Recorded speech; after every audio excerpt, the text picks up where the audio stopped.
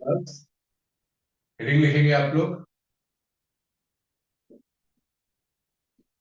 Specific heats of a gas.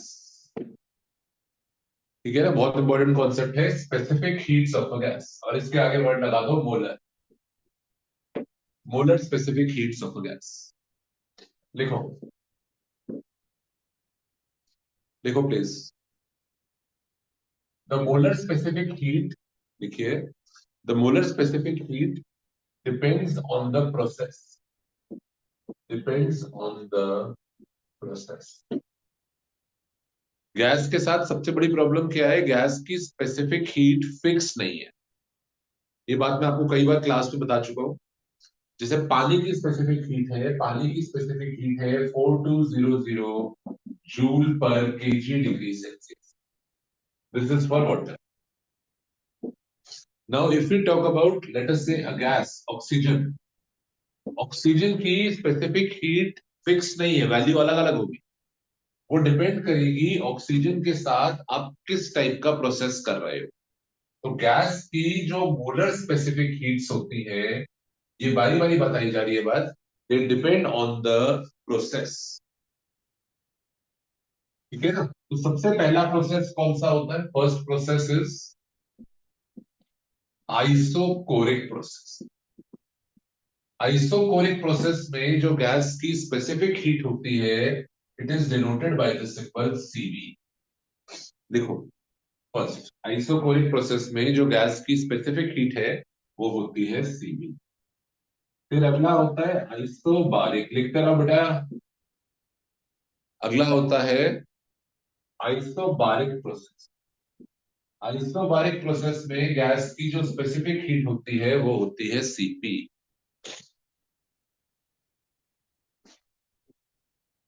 तीसरा जो isothermal process होता है, आइसोथर्मल प्रोसेस, इसमें गैस की स्पेसिफिक हीट याद करिए, चलिए। आइसोथर्मल में चैट बॉक्स, पहला क्वेश्चन है आप लोगों के लिए, लेट मी सी कौन बच्चे हैं जो सबसे जल्दी रिप्लाई करेंगे। आइसोथर्मल प्रोसेस में स्पेसिफिक हीट क्या डिनोट होती है? कौन बच्चा है, कौन तीन बच्चे जो सबसे पहले रिप्लाई करेंगे? What is the specific heat of the gas in the isothermal process? It is not defined, it is not defined. या आप कह सकते हैं it is infinite. Specific heat of the gas is not defined, या कह सकते हैं infinite. ठीक है ना, आपको समझ में आया था क्यों स्पेसिफिक हीट क्यों डिफाइन नहीं होती, मैंने आपको लास्ट टाइम बताया था। अच्छा, अब एक चीज और देखो, तो गैस की कितनी स्पेसिफिक हीट्स हुई? गैस की स्पेसिफिक हीट्स दो हुई, है ना। तो लिख लेते हैं, लिखिए स्टार मार्क करके। A gas has two principal specific heats. A gas has two principal specific heats, Cp और Cv। अच्छा, इनके बीच में कुछ रिलेशंस होते हैं, इनके बीच में कुछ रिलेशंस होते हैं। तो इंपॉर्टेंट रिलेशन, ये हो सकता है हम आगे कई बार यूज करें, तो ये इंपॉर्टेंट रिलेशंस लिखेंगे आप। Cp minus Cv is always equal to R। Cp minus Cv is always equal to R. This formula is called as Bayer relation.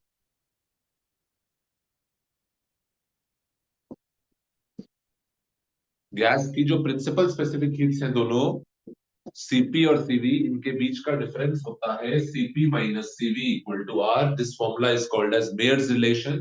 इसको हम आगे प्रूव भी करेंगे। तो कौन सी स्पेसिफिक हीट बड़ी होती है, सीपी बड़ा है या सीवी बड़ा है? देखो, सीपी माइनस सीवी आर के बराबर। R is your universal gas constant. R कोई कहता है क्या होता है, 8.314 जूल पर मोल केल्विन, है ना। तो सीपी हमेशा सीवी से बड़ा होगा। CP is always greater, always greater. CP की वैल्यू सीवी से हमेशा 8.314 बड़ी होगी। अच्छा, दूसरा एक इंपॉर्टेंट फॉर्मूला याद करेंगे, सीपी बाय सीवी। इनका जो रेशियो होता है, it is denoted by the symbol gamma. This gamma is called as adiabatic constant. Gamma को बोलते हैं एडियाबैटिक कांस्टेंट.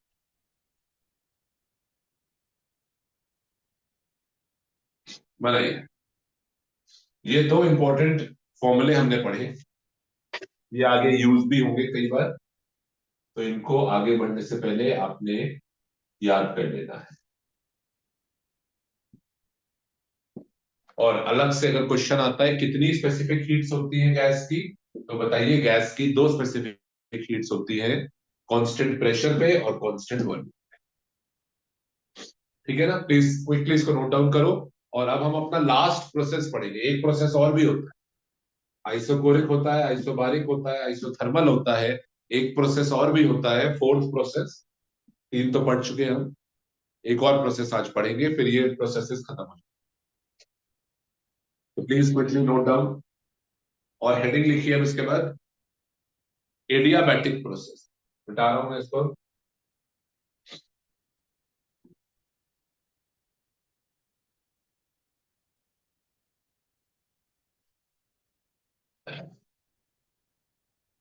हेडिंग है एडियाबैटिक प्रोसेस.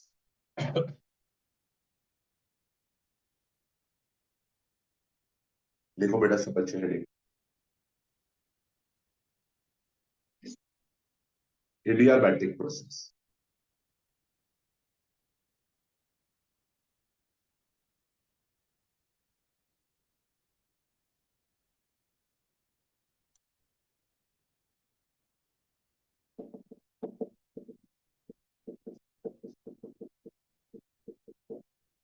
जैसे हमने बाकी सारे प्रोसेसेस के 7 पॉइंट पढ़े थे ना, 7 पॉइंट्स. इसके भी we will study the 7 points. ठीक है. तो सबसे पहला पॉइंट लिख लीजिए. सबसे पहला पॉइंट होता है इस प्रोसेस की डेफिनेशन की. इस प्रोसेस में हो क्या रहा है, तो लिखो. In this process there is no heat exchange. There is no heat exchange. इस प्रोसेस में कोई हीट एक्सचेंज नहीं हो रहा. यानी अभी तक आपने जो प्रोसेस पढ़े थे बेटा, उसमें या तो प्रेशर कांस्टेंट होता था, या वॉल्यूम कांस्टेंट होता था, या टेम्परेचर कांस्टेंट होता था. इसमें लिखिए in this process there is no heat exchange. इस बार क्या है, प्रेशर भी चेंज होगा P1 से P2, वॉल्यूम भी चेंज होगा V1 से V2, टेम्परेचर भी चेंज होगा T1 से T2. सारी चीजें चेंज हो रही. इसके साथ आप लिखना चाहते हो, ब्रैकेट में लिख लो PVT. None of them is constant. None is constant. इस बार प्रेशर वॉल्यूम टेम्परेचर में से कोई भी कांस्टेंट नहीं है. पर इस बार डेफिनेशन क्या है, इस बार ऐसा प्रोसेस है जिसमें डेल्टा क्यू जीरो. आप गैस के साथ बाकी कुछ भी कर सकते हो, आप उसको दबा दो, उसको एक्सपैंड कर दो, कुछ भी कर सकते हो, पर हीट सप्लाई नहीं कर सकते. ना तो हीट सप्लाई करोगे, ना हीट का loss. No heat exchange means delta Q equal to zero. तो what is the definition of this process, बना लीजिए. इस प्रोसेस की डेफिनेशन है there is no heat exchange. PVT all can change. None is constant का मतलब PVT all can change. सब change कर रहे हैं. प्रेशर भी चेंज कर रहा है, वॉल्यूम भी चेंज करेगा, टेम्परेचर भी चेंज करेगा. पर इस प्रोसेस में हीट सप्लाई करना अलाउड नहीं. ठीक है ना. बिना हीट सप्लाई आप उसको कंप्रेस कर दो, एक्सपैंड कर दो, हीट नहीं. ठीक है ना. Second point. सेकेंड पॉइंट, इसका फॉर्मूला क्या होता है वो बताते हैं. What is the formula for this process. लिखिए second point.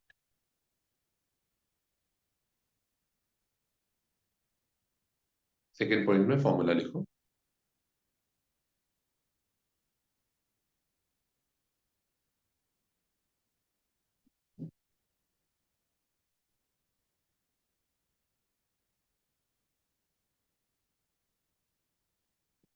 P V raise to power gamma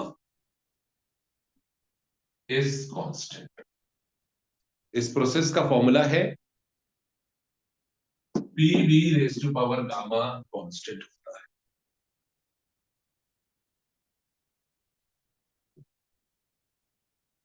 कोई कहते हैं गामा क्या आ गया, what is gamma? Gamma you already know, CP/CV. So the formula followed by this process, adiabatic process, is PV raised to power gamma, and that should be equal to constant. अच्छा, यहां से equation कैसे बनेगी? PV gamma is constant से equation कैसे बनेगी बताओ? PV gamma is constant है तो दोनों साइड PV गामा अप्लाई करो, दोनों साइड PV गामा अप्लाई। कोशिश करो, चलो फॉर्मूला लिखने का, कॉपी में लिखो। PV गामा इज कांस्टेंट है तो what will be the formula? PV gamma दोनों साइड लिखो, PV gamma is equal to PV gamma, और इस साइड लगा दो 1, P1 V1 gamma is equal to P2 V2 gamma, और इसको मार्क कर लीजिए फर्स्ट इक्वेशन, एडियाबैटिक की ये फर्स्ट इक्वेशन है। P1 V1 gamma should be equal to P2 V2 gamma, क्योंकि PV गामा।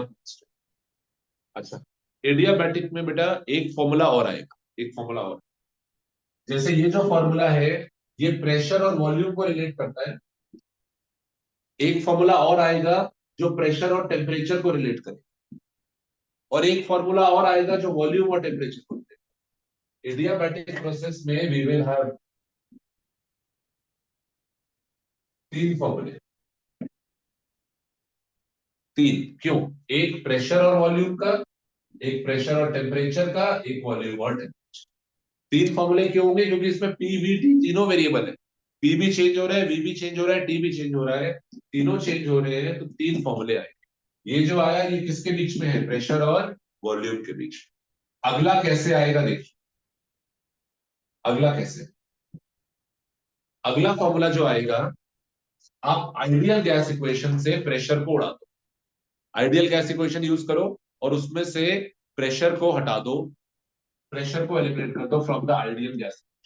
आप ये फॉर्मूला यूज करिए, पीवी इक्वल टू एनआरटी, यहां से आप प्रेशर निकाल लीजिए, NRT/V, प्रेशर निकाल लीजिए NRT/V, और ये प्रेशर की वैल्यू यहां,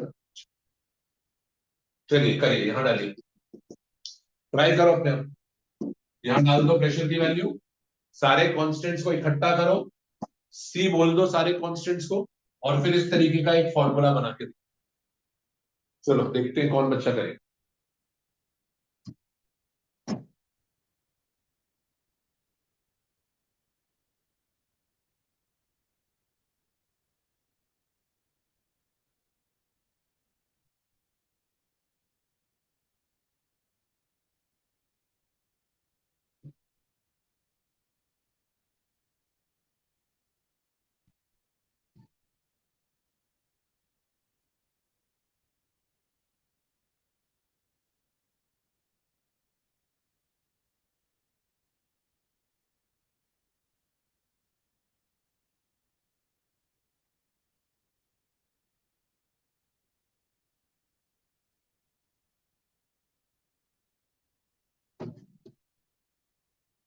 ठीक है, करते हैं, चलिए देखिए, देखिए बेटा, मैं यहाँ पे P को रिप्लेस कर रहा हूं, इस फॉर्मूले में P को रिप्लेस कर रहा हूं NRT/V, NRT/V into V raise to power gamma, V की power gamma is equal to constant.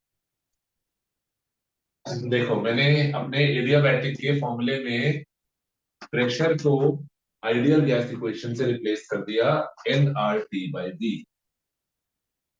अच्छा, अब एक चीज बताइए, क्या क्या है जो कांस्टेंट है उनको इकट्ठा कर लेते हैं, क्या क्या चीजें हैं जो कांस्टेंट है उनको हम इकट्ठा कर लेते हैं, जो जो चीजें कांस्टेंट है उनको हम इकट्ठा कर लेते हैं।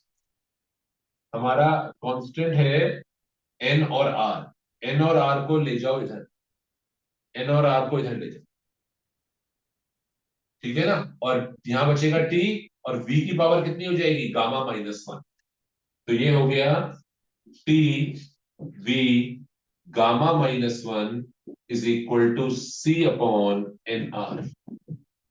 सी अपॉन एन आर, ये देखो साथ साथ कर रहे हैं, बहुत आराम से कर रहे हैं। टी वी की पावर गामा माइनस वन हो गया एन आर, और ये भी तो क्या ही होगा, सी कांस्टेंट है, एनआर भी कांस्टेंट है, तो सी बाय एनआर भी तो क्या होगा, इसको हम बोल देंगे सी कांस्टेंट। तो ये हमारा बेटा, ये हमारा दूसरा फॉर्मूला आ गया एडियाबैटिक प्रोसेस। जैसे ये हमारा एडियाबैटिक प्रोसेस का पहला फॉर्मूला था, पहला फॉर्मूला रिलेट करता था प्रेशर और वॉल्यूम को। हमने प्रेशर को रिप्लेस कर दिया, यहाँ प्रेशर को हमने रिप्लेस कर दिया, इधर प्रेशर को देखिए N R T by V put कर दिया, तो T इंटू वी की power gamma minus one is constant. अब इसका फॉर्मूला बनाओ, अब इसका formula TV gamma minus one दोनों side, TV gamma minus one is equal to TV gamma minus one. इस साइड लगा दो वन, इस साइड लगा दो टू। तो what is the formula for the adiabatic process, T1 V1 gamma minus one is T2 V2 gamma minus.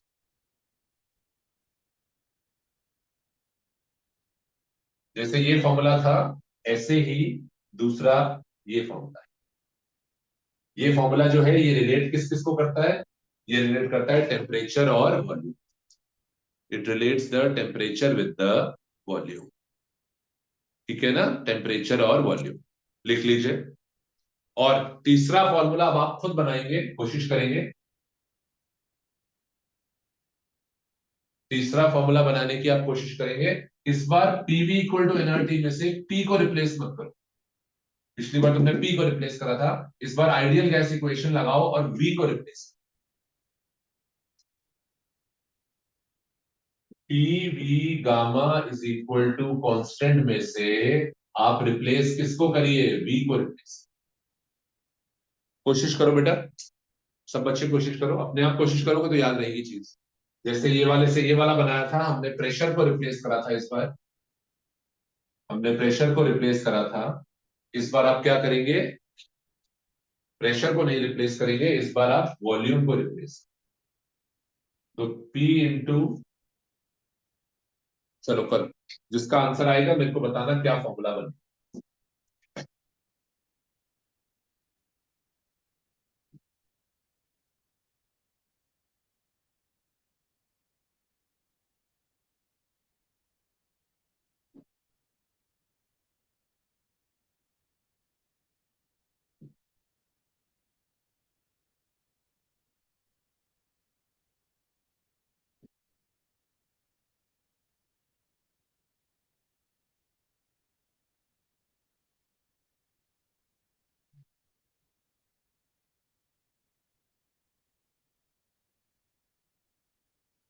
करिए।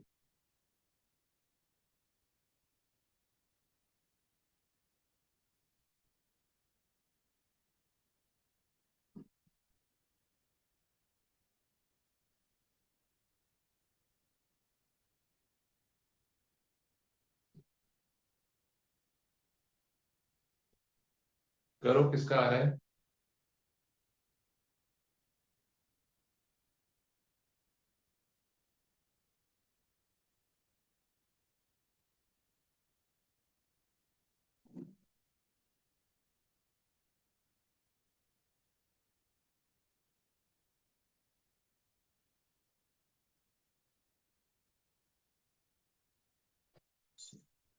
We की gamma power gamma को रिप्लेस करेंगे,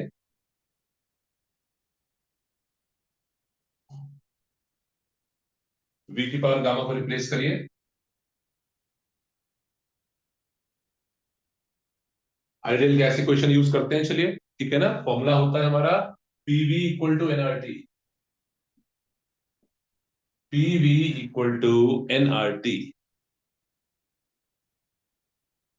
अब यहां से आप रिप्लेस करो,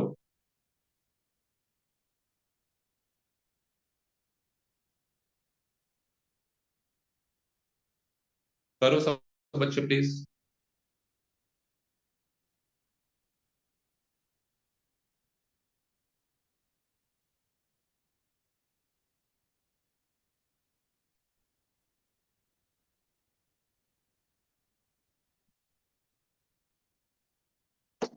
यहां से रिप्लेस करो, वी को लिख दो। वी को क्या लिख सकते हो? ठीक है, कोशिश करते हैं, वी को लिखते हैं nRT/P raised to power gamma is constant.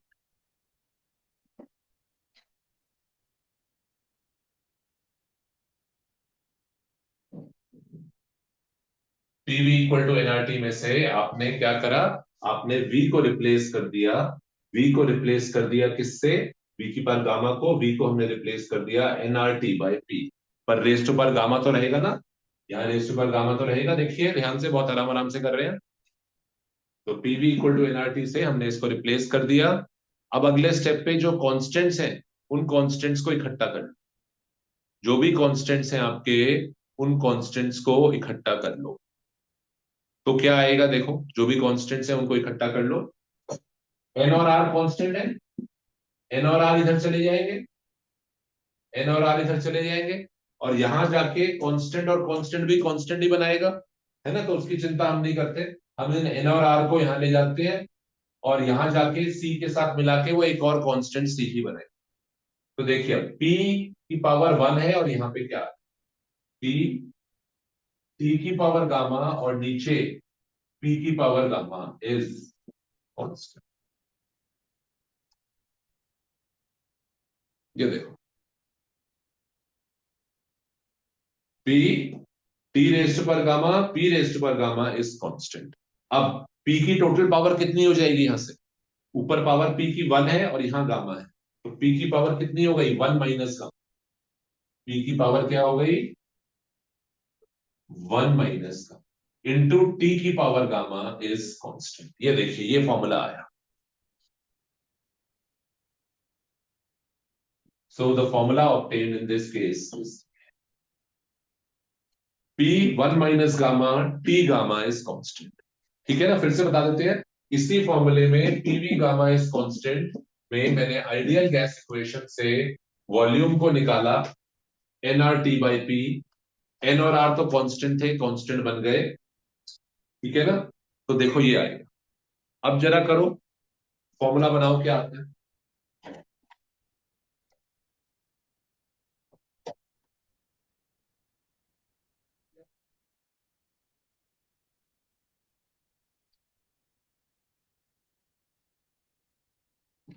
देखो,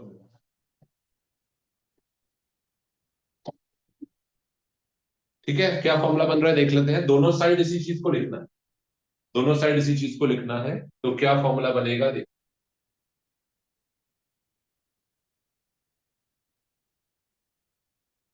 P 1 minus gamma T gamma is equal to P 1 minus gamma T gamma, और दोनों साइड, इस साइड 1 लगा दीजिए और इस साइड 2। तो what is the third formula for the adiabatic process? P1 1 minus gamma T1 gamma is P2 1 minus gamma T2 gamma।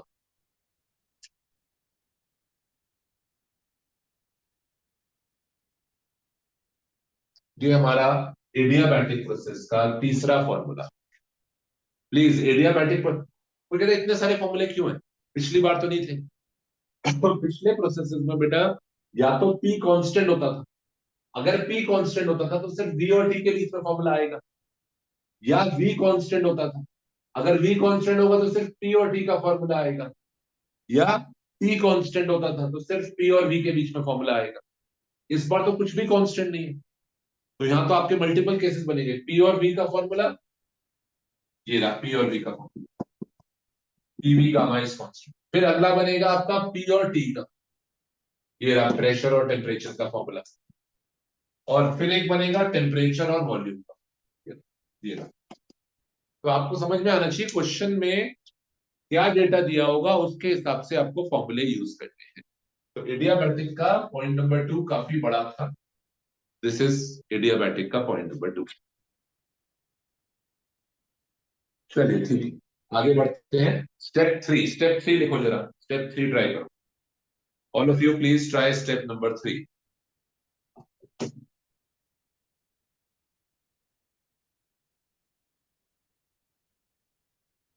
इसको मिटा रहे हैं, स्टेप नंबर 3 ट्राई करिएगा। कोई बताएगा स्टेप नंबर 3 क्या होगा?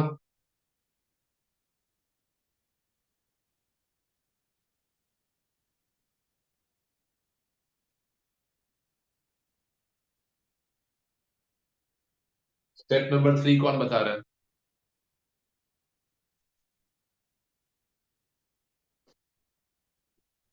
स्टेप नंबर 3 होता था delta Q is equal to N C delta T. पर इस बार तो डेफिनेशन ही क्या है प्रोसेस की? डेल्टा क्यू का फॉर्मूला मैं कैसे पूछ सकता हूं आपसे? डेल्टा क्यू का फॉर्मूला तो पूछ ही नहीं सकते। स्टेप 3 होता था डेल्टा क्यू का फॉर्मूला। पर डेल्टा क्यू का फॉर्मूला हम पूछ ही नहीं सकते क्योंकि डेल्टा क्यू तो जीरो है। तो स्टेप 3 ये लिख लीजिए, इसको क्रॉस कर दो, लिखो। डेफिनेशन ही क्या है प्रोसेस की? प्रोसेस की डेफिनेशन ही क्या है? हीट सप्लाई करना तो अलाउड ही नहीं है। हीट सप्लाई करना अलाउड ही नहीं है तो डेल्टा क्यू का फॉर्मूला क्या होगा? कुछ नहीं होगा। तो delta Q is zero. Heat supply करना तो अलाउड ही नहीं। ब्रैकेट में लिख लीजिए, स्पेसिफिक हीट इज जीरो।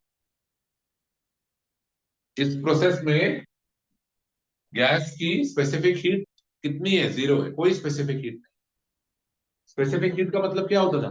मैं कितनी हीट दूं कि टेम्परेचर 1 डिग्री से बढ़ जाए। पर इस बार तो हीट देना अलाउड ही नहीं है ना। हीट सप्लाई करना अलाउड ही नहीं है। तो डेल्टा क्यू तो जीरो। ठीक है। अब आते हैं बहुत इंपॉर्टेंट पे। पॉइंट 4 में लिखिए डेरिवेशन फॉर डेल्टा डब्ल्यू। और मार्क कर लीजिए मोस्ट इंपॉर्टेंट। मार्क कर लो मोस्ट इंपॉर्टेंट। ये भी आपके टर्म 2 का बहुत इंपॉर्टेंट डेरिवेशन है। Derivation for work done. जब ये गैस एक्सपैंड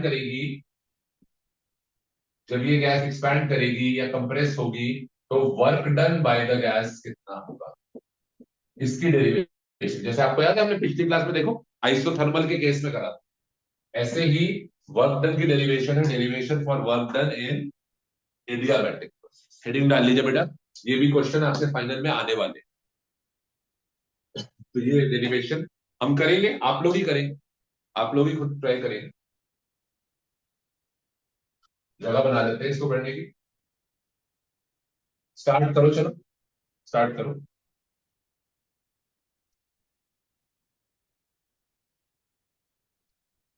स्टार्ट करिए प्लीज। कैसे करेंगे?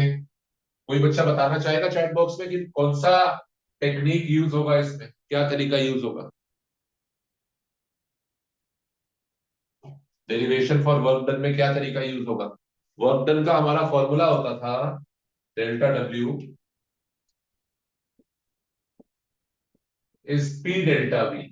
पर ये नहीं लगा सकता, पी डेल्टा वी मैं नहीं लगा सकता, फिर से प्रॉब्लम आ रही है। कोई कहता है पी डेल्टा वी से वर्क डन निकाल लो। पी इंटू डेल्टा वी को लिख दो V2 माइनस V1। नहीं बेटा प्लीज। आप डेल्टा वी और क्यों नहीं लगा सकते? क्योंकि प्रेशर कांस्टेंट नहीं है। ये फॉर्मूला पी डेल्टा वी मैंने कल बताया था, सिर्फ तब चल सकता है अगर प्रेशर कांस्टेंट हो। तो पहले तो ये फॉर्मूला लिखो, delta W is P delta we, काट दो और लिखो can't apply this because pressure is variable. Pressure क्या हो रहा है देखो ना, प्रेशर क्या हो रहा है, तो मैं ये फॉर्मूला लगा ही नहीं सकता। तो फिर क्या करूंगा मैं?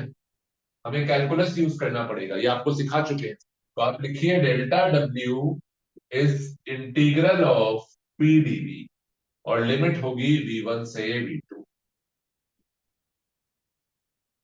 है ना? देखो, जो बच्चे समझ रहे, जिन्होंने आइसोथर्मल वाला अटेंड करा, उनको समझ में आ रहा होगा कि हाँ ये क्यों कर रहे हैं। चलिए अगला स्टेप बताइए। Delta W is equal to integral of P dV. अगला स्टेप कोई बताएगा? बोलो।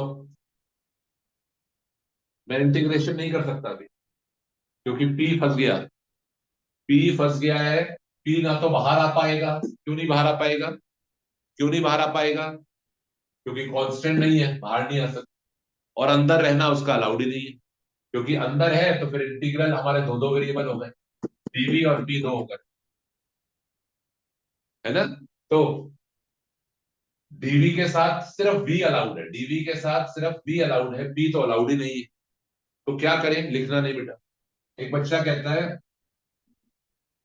पी को रिप्लेस कर दो आइडियल गैस इक्वेशन से, जो कि हमने पिछली बार किया था, जो कि हमने पिछली बार किया था। पी को मैं लिख दूं N R T by B. बहुत ध्यान देना बेटा, बहुत ध्यान दो तभी समझ में आएगा, वरना सब बेकार हो जाएगा। मैं अगर पी को N R T by B भी लिखता हूं तो भी प्रॉब्लम है इसको, तो भी प्रॉब्लम है। पिछली बार N R T by B लिख के काम हो गया था, पिछली बार N R T by B लिखकर काम हो गया था, क्योंकि एन आर टी बाहर आ गए थे। इस बार अगर मैं ऐसे लिखता हूं तो सिर्फ एन आर बाहर आएगा, क्या बच जाएगा, टी डीवी बाई वी बच जाएगा। पिछली बार हमारा टेम्परेचर कांस्टेंट था, देखो पिछली डेरिवेशन में जाओ बेटा, कॉपी पे पीछे जाओ प्लीज सब बच्चे, कॉन्सेप्ट क्लैरिटी करनी है, जल्दी नहीं। पिछली बार आइसोथर्मल प्रोसेस था, पिछली बार हमारा आइसोथर्मल प्रोसेस था। आइसोथर्मल में टेम्परेचर क्या होता था, कांस्टेंट, तो वो बाहर आ जाता था। इस बार तो इडियाबैटिक प्रोसेस है, इस बार तो इडियाबैटिक प्रोसेस है, इसमें पी वी टी सभी वेरिएबल है। तो ये टी फंस गया, टेम्परेचर फंस गया अंदर। वॉल्यूम तो चलो अलाउड है, डीवी के साथ वी तो अलाउड है, पर टेम्परेचर फंस गया। टेम्परेचर बाहर नहीं जाएगा, अंदर भी नहीं रह सकता। तो यानी ये स्टेप गलत हो गया हमारा, आइडियल गैस इक्वेशन डाल के फायदा नहीं हुआ। ये फायदा आपको आइसोथर्मल प्रोसेस में होता। क्या करें फिर, आइडियल गैस इक्वेशन से तो आप इसको नहीं कर पाएंगे। हाँ जी, बोर्ड पे जो आपको चाहिए वो लिखा हुआ है मैंने, वो मिटाया नहीं है मैंने। ये यूज करिए पी वी गामा एस, यहां से पी निकालिए, यहां से पी निकालो, सी बाई वी की पावर गामा, पी होगा सी बाई वी की पावर गामा, यानी पी होगा सी वी की पावर माइनस गामा। यहां से तो आपको यहां लिखना पड़ेगा using P V gamma is constant, P is equal to C by V की पावर गामा, यानी P is equal to C V की पावर माइनस। लिखो लिखो। तो डेल्टा डब्ल्यू कितना हो गया, डेल्टा डब्ल्यू हो जाएगा आपका, इस जगह बनाते हैं, इंटीग्रल ऑफ, चलो करो, ट्राई करो 2 मिनट।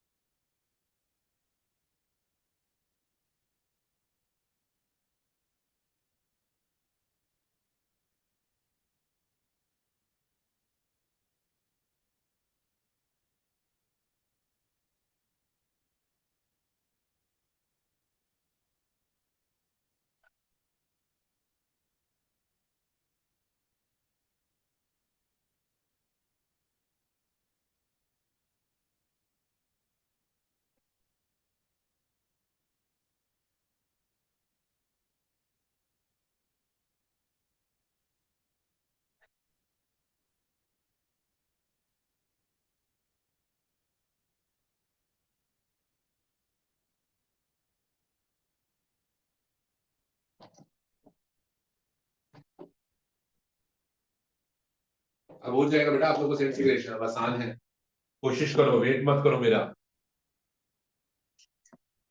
पी को मैं लिख रहा हूं सी वी की पावर माइनस गामा डीवी। अब देखिए ध्यान से, सी वी की पावर माइनस गामा डीवी में सी तो बाहर आ सकता है, सी तो कांस्टेंट है, और सिर्फ वी बचेगा अंदर, जो कि अलाउड भी है, वी का अंदर बचना अलाउड है। तो delta W is equal to, C बाहर आ गया, इंटीग्रल ऑफ वी की power minus gamma DV, limit V से वी2। और हम अपना इंटीग्रेशन का फॉर्मूला लगाते हैं, हम अपना इंटीग्रेशन का फॉर्मूला लगाते हैं। हमें पता है इंटीग्रल ऑफ एक्स की पावर एन जो होता है, वो एक्स की पावर n+1 अपॉन n+1, जो पावर है वो एक से बढ़ जाती है, तो v की पावर माइनस गामा है, माइनस गामा को एक से बढ़ा दो, तो delta W is equal to C as it is, integration के बाद स्क्वायर ब्रैकेट लगेगा, v की power minus gamma plus one. अब जैसे सपोज करो इंटीग्रल होता v की पावर -4 का, v की पावर -4 का इंटीग्रल क्या होता, v की पावर -3 अपॉन -3। यहाँ लॉग नहीं आता है, लॉग आता था सर सिर्फ -1 पावर, यहाँ लॉग नहीं होगा, यहाँ v की पावर माइनस गामा है, पावर को एक से ऐड करते, तो -4 होती तो -3 बन जाता, तो माइनस गामा में आपने एक ऐड कर दिया, अपने आप करो प्लीज साथ साथ, और उसी पावर से डिवाइड, माइनस गामा प्लस,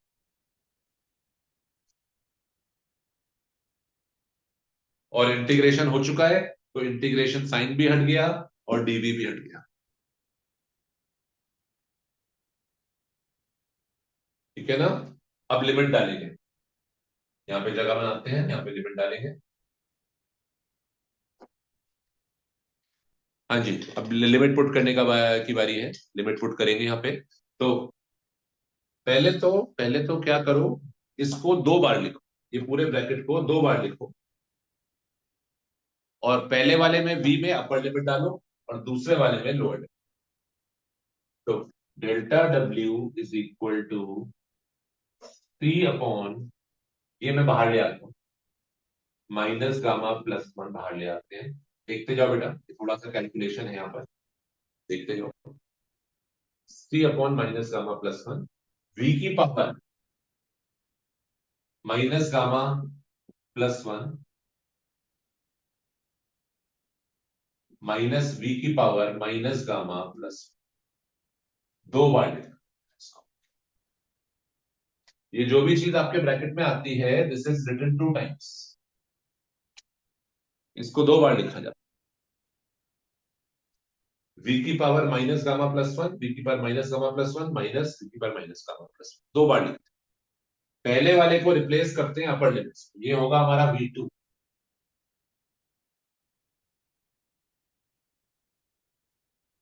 ठीक है ना, और ये होगा v1। लिखो, चलो साथ साथ लिखते रहो, लिखते रहिए, फिर आगे बढ़ेंगे जहां पे आगे करेंगे इससे। अब क्या करेंगे हम लोग,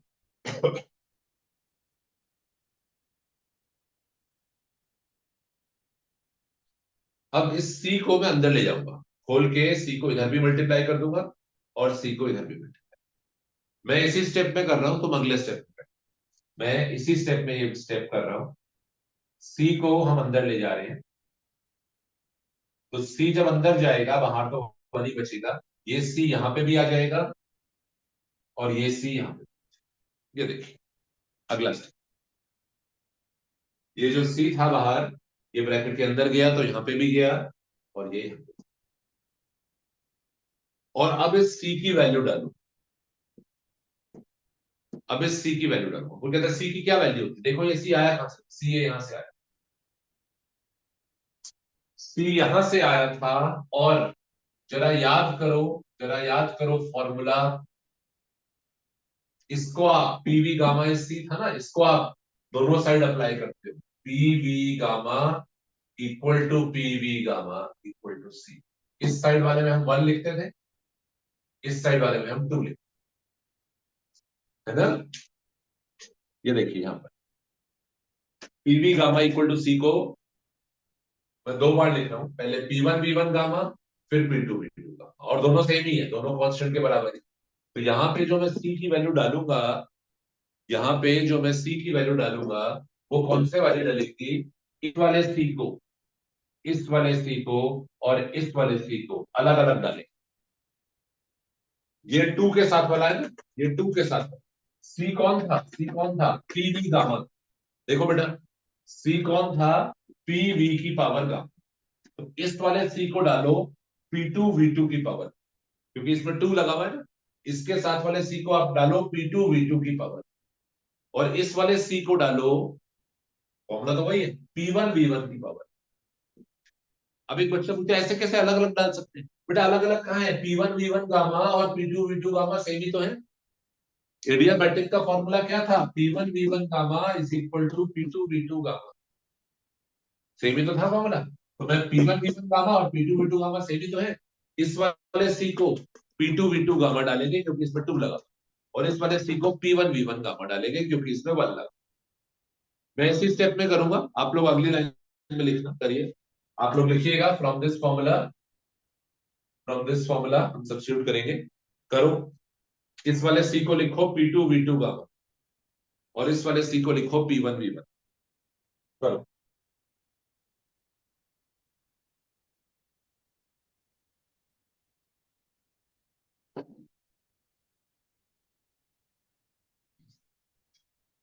यही कर रहा हूं मैं, थोड़ी जगह बना लेते हैं, इसको थोड़ा आगे कर लेते हैं। Delta W is equal to 1 upon,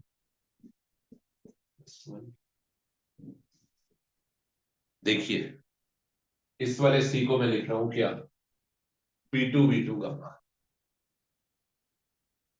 P2V2 gamma, और इस वाले सी को मैं लिख रहा हूं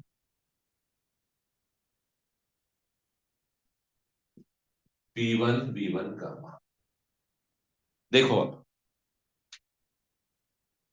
अब एक बहुत सिंप्लीफिकेशन हो जाएगा। V2 की पावर गामा और V2 की पावर माइनस गामा कट जाएगा। देखिए यहां पर, देखिए ध्यान से, इस स्टेप में ध्यान से देखो, V2 की पावर गामा और V2 की पावर माइनस गामा कट जाए, तो V2 की पावर सिर्फ 1 बचे। और ऐसे ही यहां पर V1 की पावर गामा और V1 की पावर माइनस गामा कट जाएगा, तो V1 की पावर सिर्फ 1 बचे। ठीक है ना? तो ध्यान देंगे, अब अगला स्टेप क्या होता है। अगले स्टेप पे अब ध्यान देते हैं, ऊपर लिखते हैं। तो डेल्टा डब्ल्यू कितना आ जाएगा? यहां लिख रहे हैं delta W is equal to 1 upon minus gamma plus 1। ये देखो 1 upon minus gamma plus 1, bracket में P2, और V2 का सिर्फ पावर 1 बच रहा है, P2 की पावर सिर्फ 1 बच रही है, तो P2V2, P2V2 माइनस P1, और V1 की पावर सिर्फ 1 बच, माइनस P1।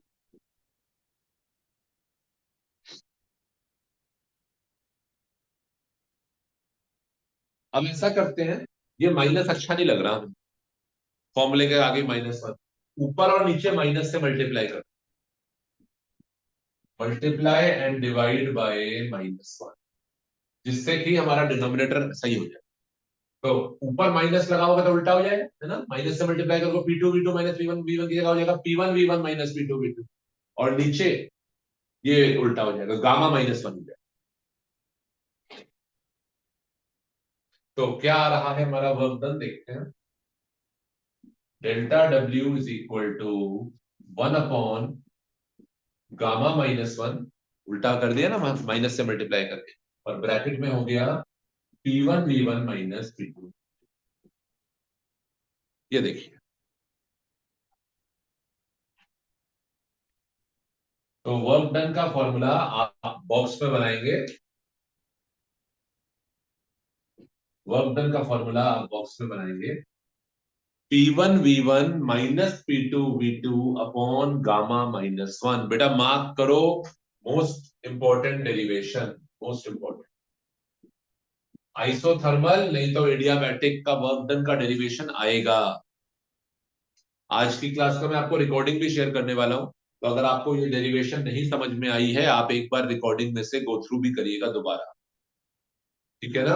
और हमारा जो टेस्ट है उसमें तो आएगी डेरिवेशन फॉर श्योर, ये 5 नंबर का क्वेश्चन आएगा, वर्क डन आइसोथर्मल का या वर्क डन एडियाबैटिक का।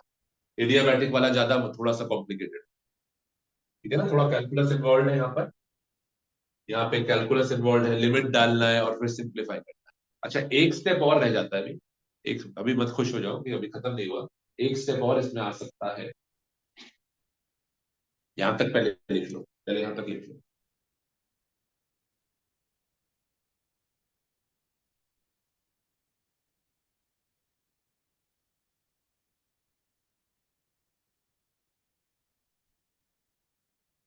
कोई कहता है अब क्या और क्या आ सकता है, देखो और क्या आ सकता है। हमारे पास जो गैस थी, बस 5 7 मिनट और लेंगे। प्रेशर था P1, वो हो गया P2। वॉल्यूम था V1, वो हो गया V2। टेम्परेचर था T1, वो हो गया T2। देखते जाओ बेटा प्लीज, 5 मिनट और अटेंशन प्लीज। ठीक है ना। अगर मैं इनिशियल डेटा के ऊपर initially initial ideal gas equation apply करूं, तो क्या आएगा formula? P V equal to NRT, यानी P1 V1 is equal to nRT1। और अगर फाइनल पॉइंट्स के ऊपर आइडियल गैस इक्वेशन अप्लाई करूं, तो क्या आएगा? P V equal to NRT, यानी P2 V2 is equal to nRT2। ये देखो, अगर मैं आइडियल गैस इक्वेशन अप्लाई करूं फाइनल डेटा पे और इनिशियल, लिखो P1 V1 equal to nRT1 और P2 V2 equal to nRT। एक बार जल्दी से रिवाइज भी करेंगे, आप लिख लो ना एक बार। तो यहाँ P2 V2 को रिप्लेस कर दो nRT2 से, P1 V1 को रिप्लेस कर दो nRT1 से। nR तो सेम ही है, nR के आगे तो 1 और 2 नहीं लगेंगे। तो डेल्टा W कितना आ जाता है? 1/γ-1 ब्रैकेट में P1 V1 को लिख दिया nRT1 और इसको लिख दिया nR। ठीक है ना। nR कॉमन ले लो तो आंसर फाइनल आ जाएगा। Will get the final answer. Delta W is equal to nR/γ-1 bracket में T1 ये देखिए, ये हमारा final result. This is the work done in area. चलो अब लिखो इसको जल्दी से।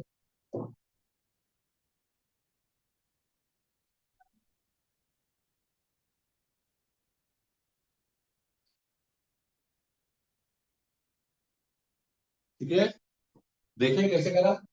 जल्दी से रिवाइज कर रहे हैं, क्विकली देखो। रिकॉर्डिंग से भी रिवाइज हो जाएगा, पर अभी फिर भी देखो। वर्क डन हमने कैलकुलस मेथड से स्टार्ट करा। पी डेल्टा भी नहीं लगेगा, पी डीवी लगेगा, पी डीवी। ठीक है ना। पी को रिप्लेस करा हमने सी वी की पावर माइनस गामा, ये मैंने फॉर्मूला लगाया P V gamma is C. वहां से पी को मैंने रिप्लेस कर दिया सी वी की पावर माइनस। सी क्योंकि कांस्टेंट था वो बाहर आ गया, वी की पावर माइनस गामा अंदर रहेगी। वी की पावर माइनस गामा का इंटीग्रल वी की power minus gamma +1 upon minus gamma plus. Limit डाल दी, 2 बार लिखा है इसको। पहले वाले में V2, दूसरे वाले में V1। सिंप्लीफाई करा, आ गया। बहुत मुश्किल नहीं है, बहुत मुश्किल नहीं है। एक बार दोबारा रिकॉर्डिंग से देख लो, अगर दिक्कत आएगी देख लो, वरना it is very straight forward. ठीक है, जल्दी से अब जरा आगे बढ़ते हैं। स्टेप नंबर 4 भी हमारा हो गया वर्क डन। स्टेप नंबर 5 और 6 करा जल्दी से। स्टेप नंबर 5 बताइए क्या है? स्टेप नंबर 5 जल्दी बोलो यार। स्टेप नंबर 5 कौन बता रहा है? स्टेप नंबर 5 क्या चीज है? चैट बॉक्स में लिखो ना, क्या होता है स्टेप नंबर 5? याद नहीं है मुझे।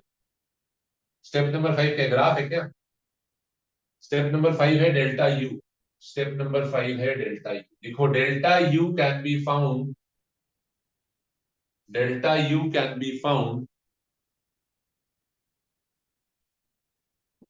From first law. Delta Q is equal to delta U plus delta. और आपको पता है डेल्टा क्यू तो जीरो है, एडियाबैटिक प्रोसेस में तो देयर इज नो हीट। तो zero is equal to delta U plus delta W. तो डेल्टा यू का फॉर्मूला हो गया माइनस डेल्टा। देखिए डेल्टा यू का भी फॉर्मूला आ गया। जो फॉर्मूला डेल्टा डब्ल्यू का है उसी का माइनस कर दें। अगर आपको निकालना है डेल्टा यू, तो डेल्टा यू का फॉर्मूला क्या होगा? डेल्टा डब्ल्यू का ही माइनस, बस। अलग से कोई और फॉर्मूला। ठीक है ना। स्टेप नंबर 6, ये मैं आपके होमवर्क के लिए छोड़ूंगा, थोड़ा सा हिंट दे रहे हैं 6 और 7।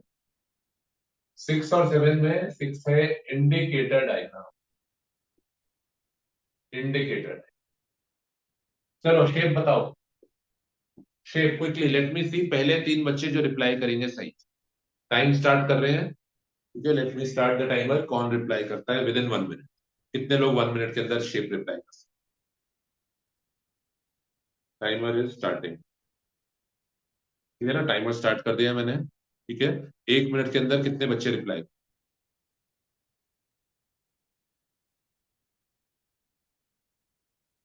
स्ट्रेट लाइन, पैराबोला, हाइपरबोला या नन?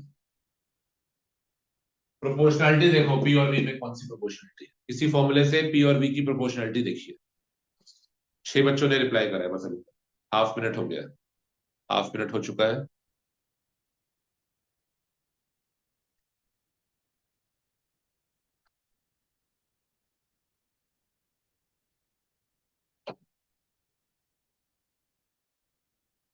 क्या बाकी लोग क्या खाली बैठे हो क्या ऐसे ही? प्रोपोर्शनलिटी देखो।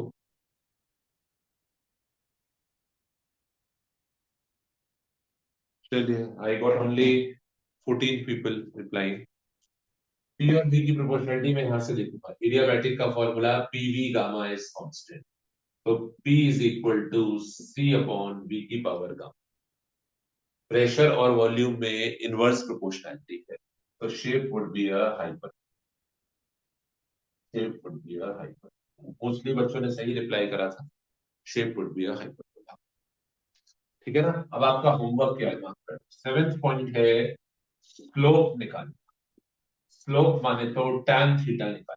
सुन लो, वरना नहीं कर पाओगे। स्लोप निकालना यानी tan थीटा कैसे निकलेगा? tan थीटा तो अलग अलग पॉइंट पे अलग अलग होगा। tan थीटा कैसे निकलेगा? उसके लिए आपको कैलकुलस लगाना पड़ेगा। स्लोप आप निकालेंगे यूजिंग डीपी बाय डी। ये फॉर्मूला है, प्रोडक्ट रूल से इसका डिफरेंशिएशन करना, प्रोडक्ट रूल से इसका डिफरेंशिएशन करना और डीपी बाय डीबी निकालना। ठीक है ना। आइसोथर्मल वाला देखो, उसको देख देख के उसके जैसा ही होगा, क्योंकि स्लोप अलग अलग पॉइंट पे अलग अलग है। Slope is not constant. तो मेरे को स्लोप निकालना पड़ेगा tan थीटा से। tan थीटा क्या होता है? परपेंडिकुलर अपॉन बेस, यानी डीपी बाय डीबी। तो slope is given by the formula dP by dB. Product rule से इसको डिफरेंशिएट करिएगा, आंसर आ जाएगा। ठीक है ना। तो this I am leaving as a homework. अच्छा, और क्या होमवर्क है? एक सेकंड में सुन लो।